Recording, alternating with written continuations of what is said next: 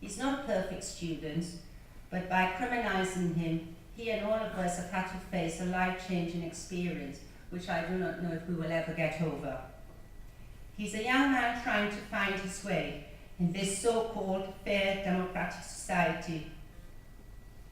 Prison is supposed to rehabilitate you, set you on a path that is acceptable by the society we live in.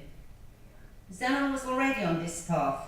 His custodial sentence, plus the fact that it is disproportionate to the crime, has disrupted his education, given him a criminal record, and has caused undue stress and anxiety, not only to himself, but his family and friends, and it has achieved absolutely nothing.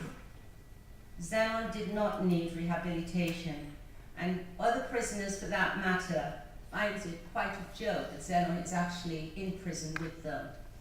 And there's a little incident that happened. Zenon's doing a course in music technology of some sort. He's already done a course in how to lay patios and bricklaying, and he's doing as many courses as he can to keep himself busy, as he's having a lot of difficulty in accessing all the books that he needs to continue with his studies while inside.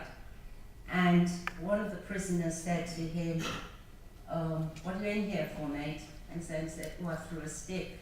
And they went, "Wow, God, he threw a stick.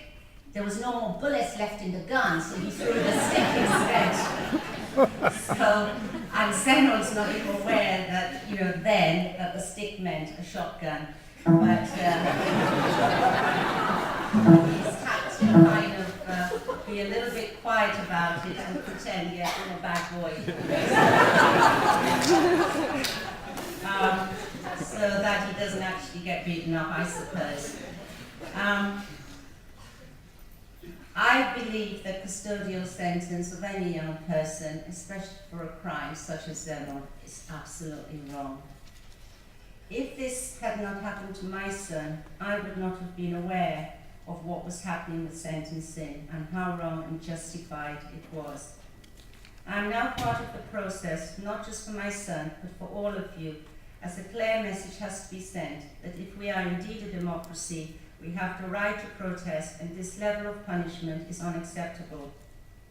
Someone told me that if this type of sentencing had happened, let's say in China, in England there would have been an outcry.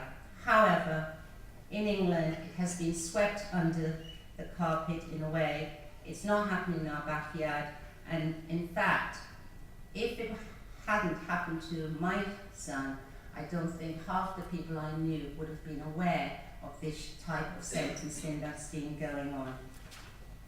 Political discipline is being gained through fear of punishment, and this should never be allowed to happen. Hopefully more of you will be galvanized into fighting for what is rightfully yours, a free education, and in the process not be criminalized for what is politically correct. Political crime has to be judged by a standard. I'll end this with a quote from a letter written by Zenon's father, as we now await the answer to an appeal against such a disproportionate sentence. His father wrote, "I wonder whether any appeal court judges would be willing to stand up against the judicial oppressiveness, the mass violation of citizens' rights, and the human devastation caused for political expedience that the sentencing of Zenon and many others have occurred." Thank you for listening, for all your support.